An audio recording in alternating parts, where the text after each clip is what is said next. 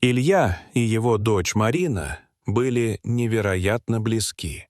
К сожалению, Илья скончался, когда его дочери было всего 5 лет. Во время похорон Марина решила в последний раз обнять своего отца. Но то, что произошло дальше, заставило людей заплакать. Илья родился в бедной семье в небольшой деревне под Ярославлем. Его родители мечтали вырваться из порочного круга нищеты, который передавался из поколения в поколение. Но судьба была жестока. Они ушли из жизни, так и не дожив до воплощения своей мечты. С ранней юности Илья был полон решимости изменить свою жизнь. Он искал любые способы построить для себя лучшее будущее. Сначала он работал на стройках, затем стал продавать фрукты и ягоды на обочинах трассы. Иногда он брал ночные смены на местной мебельной фабрике, чтобы заработать достаточно денег для поддержки своего небольшого дела. После бессонной ночи Илья шел прямо в свой маленький ларек и весь день, не отдыхая, обслуживал покупателей. В один из таких дней в его ларек зашла Наталья. Сначала Илью поразила ее грациозная походка, потом глубокие глаза и теплая, радостная улыбка. Наталья приходила за фруктами каждый день в одно и то же время. Так продолжалось несколько недель, и Илья не успел оглянуться, как влюбился в нее. За это время Наталья и Илья стали близкими друзьями, но в глубине души мужчина хотел большего. Он мечтал, чтобы Наталья была частью его жизни, и ждал момента, чтобы признаться в своих чувствах. Такой случай представился в день, когда синоптики предсказали сильный шторм. В то утро Илья привез совсем немного фруктов и быстро все распродал. Но любимые яблоки Натальи он отложил заранее. Судьба, казалось, улыбнулась ему. Девушка пришла всего через несколько минут. Когда Илья передавал ей яблоки, с неба обрушился проливной дождь.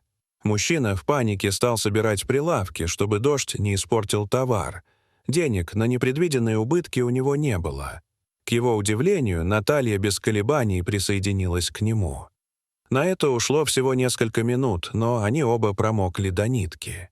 Илья принялся извиняться, но Наталья только махнула рукой и подарила ему мягкую улыбку.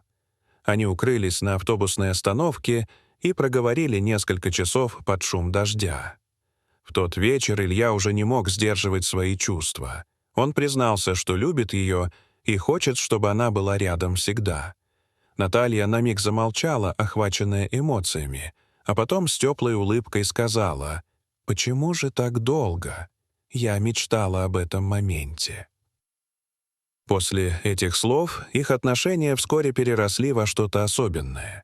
Наталья часто помогала Илье продавать фрукты на улице, а их любовь привлекала покупателей. Дела пошли в гору, и через несколько месяцев Илья смог открыть просторный магазин. Он считал Наталью своим талисманом, и его чувства к ней только крепли. Пока бизнес Ильи стремительно рос, отношения пары развивались еще быстрее. Они предчувствовали, что проведут вместе всю жизнь. Через полгода они начали жить вместе, а еще через 4 месяца поженились. Они мечтали о ребенке, но, несмотря на все усилия, беременность долго не наступала. Наталья переживала, ночами плакала. Илья успокаивал ее, говоря, что когда-нибудь у них будут свои дети. Через 2 года чудо случилось. Наталья забеременела. Пара была на 7-м небе от счастья. Беременность протекала без осложнений, и в положенный срок родилась девочка, которую они назвали Марина. Она была прекрасна, с мечтательными глазами матери и выразительными бровями отца. Очень скоро родители поняли, что их дочь — одаренный ребенок. К 3 годам Марина уже уверенно читала и демонстрировала исключительные математические способности. Семья была дружной, они все делали вместе и были по-настоящему счастливы. Но радость оказалась недолгой. В день 5-го дня рождения Марины, когда они всей семьей играли дома, Илья внезапно потерял сознание. Марина, в слезах прижимаясь к нему, кричала: «Папа, проснись!». Через несколько минут он пришел в себя и объяснил, что это, наверное, от стресса. Но уже через неделю все повторилось. Они отправились в больницу, где Илье поставили страшный диагноз — неизлечимая болезнь, которая медленно убивала его. Его сразу взяли под наблюдение врачей. С каждым днем его состояние ухудшалось.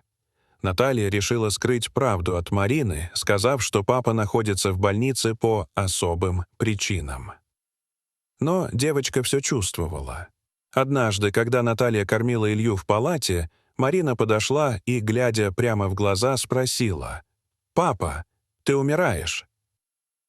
Наталья была в шоке, но Илья остановил ее и, сдерживая слезы, тихо сказал: «Да, доченька, папа больше не сможет быть с тобой». Марина поцеловала его, взяла за руки, прижала их к своей груди и произнесла: «Папа, ты всегда будешь со мной здесь, в моем сердце». После этого Наталья возила дочь к отцу каждый день. В ее присутствии Илья словно оживал, но болезнь прогрессировала. Когда стало ясно, что конец близок, Наталья в отчаянии заплакала. «Почему ты решил уйти от нас? Ты обещал всегда быть рядом, любить меня вечно. Почему не борешься?» Илья, собрав последние силы, обнял ее и сказал, что ему жаль. Но Наталья выскользнула из его объятий и выбежала из палаты. После ее ухода Марина осталась с отцом наедине, никого не пуская в комнату. Они крепко обнялись и тихо попрощались. На следующий день Илья умер во сне. Когда Наталья узнала об этом, ее переполняли сожаление и боль. Она плакала, жалея, что не попрощалась как следует. Марина же чувствовала странное спокойствие. Долгие беседы с отцом помогли ей смириться. На похоронах Наталья не переставала плакать. Марина тоже была печальна, но глаза ее оставались сухими. Перед тем, как гроб опустили в землю, она захотела в последний раз обнять отца. Она подержала его за руку несколько минут, прошептала нежные слова и поцеловала в лоб. И в этот момент произошло нечто невероятное. С неба спустился белый голубь, сел Илье на грудь и слегка клюнул Марину. Девочка улыбнулась. Взрослые были напуганы и растеряны, но Марина восприняла это как последний знак любви отца. Много лет спустя она рассказывала об этом своим детям и внукам, и все они верили, что голубь стал символом той особенной связи, которая навсегда связала Илью и Марину. Дорогие зрители, что вы думаете об этой истории? Расскажите, пожалуйста, в комментариях. А если вам понравилось это видео, то ставьте лайк и подписывайтесь на наш канал. До свидания.